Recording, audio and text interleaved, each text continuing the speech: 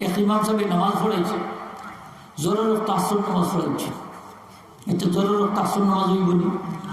মাসলা দেউকা আপনারা হইব নি? ওই তো না, ফলাইয়া ঘুমাইতেছে। আজান শূন্য উঠছেন, মাগরিব পড়তে হলে সাইয়া দেখুন দিন দেখা যায়।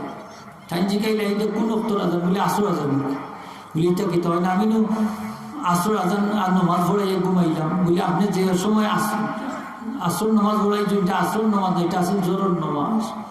মানে আমি গেছি বাজু, তারা কোন হুজুর আপনার ইমাম সাহেব এখন কিতা করতে, তাই তো ওলা জোরের রক্ত আসর নামাজ পড়াচ্ছে।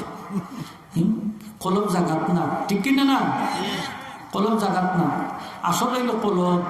মুখ যদি জাগাত না থাকে কোনো অসুবিধা নেই, কিন্তু কলব জাগাত থাকছে। নিয়ত করা নামাজও ফরজ নাই নি? ফরজ, নামাজও নিয়ত করা ফরজ। এখন হইল নিয়তটা আমি মুখ দিয়ে উচ্চারণ করি, আর কেউ মুখ দিয়ে উচ্চারণ করুন না। নিয়ত হইল ফেলুল কলব, কলবের কাজ। এখন আপনার কলবর মাঝে আছে, আপনি জোরের নামাজ সাইডে কাজ পড়া, কিন্তু মুখ দিয়ে না হয়তো মুসল্লি আলিল্লাহি তাআলা ওটা হয়ে সলাতিল আসর হইছে, বেটা হয়তো না, আমি জুহরি হইতে সলাতিল আসর মুখে গাদ্দারি করেছি, কিন্তু কলব তার জায়গাত আছে। নামাজ হইব না নি? জোয়ার দোকা হইব, মাসলাটা দরকার, নামাজ হইব। এখন কলম জাগাত নাই, মুখে কইলে যে জোরের নামাজ পড়া, কিন্তু কলবে কর আসর নামাজ পড়া। কোনটা ধরছে? কলবরটা ধরছে। ইমাম সাহেব মনে করছেন যে এখন আসর অর্থ আসর নামাজ পড়াচ্ছে, তার কলবে আর মুখে মিল। এখন ইমাম সাহেব সাইডে হাত নামাজ দ্বারাই তুল, ঠিক না? নি হোকা জোরের নামাজ।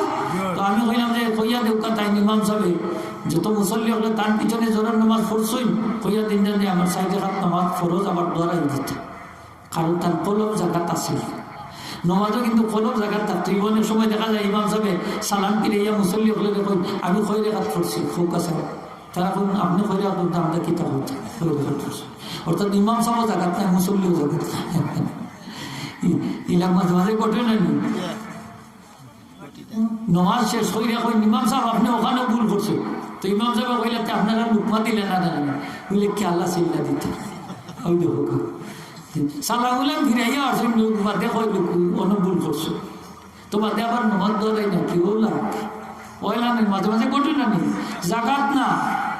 নবীজি ফরমাইছেন এমন এক যুগ আইব যে যুগে আমার উম্মত হল নামাজ পড়ব ঠিক, কিন্তু জমাত কা জমাত একজনের মধ্যে খুশু খুশু থাকতো না, যেটা হোক না।